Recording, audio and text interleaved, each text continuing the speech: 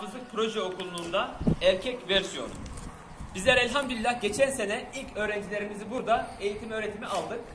Onlar hem hafızlık yapmaya başladılar hem de akademik dersleri olan ortaokula devam ettiler. Bu yılda inşallah ikinci öğrencilerimizi almak nasip olacak. Bu nasipten sizler de evlatlarınızla buraya gelerek sebepleniyorsunuz elhamdülillah.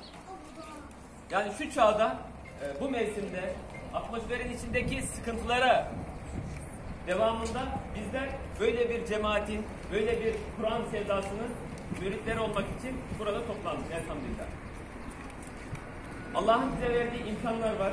Bizleri yoktan var eden ve varlığından haberdar eden, yaradan bizlere böyle bir büyük nimet vermiş. Evlatlarımız hem geri kalmadan eğitim öğretim faaliyetlerine devam edecekler hem de bunun neticesinde hafızlık eğitimini de almış olacaklar inşallah. Şu anda hali hazırda okulumuzda eğitim öğretim gören 5. sınıf, 6. sınıf ve 7. sınıf öğrencilerimiz var. Bu öğrencilerimiz bizim parasız yatılı dediğimiz pansiyonumuzda da gece yatılı olarak kalmaktadırlar. Bununla ilgili velilerimizden hiçbir şekilde ücret talep etmiyoruz kıymetli arkadaşlar.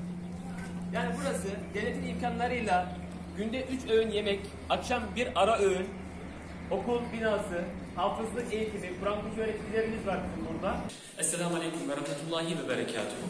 2022-2023 eğitim öğretim yılı Batman Gazi Anadolu İmam Hatip Lisesi Proje Hafızlık İmam Hatip Ortaokulu için bugün hafızlık eleme sınavı yapacağız.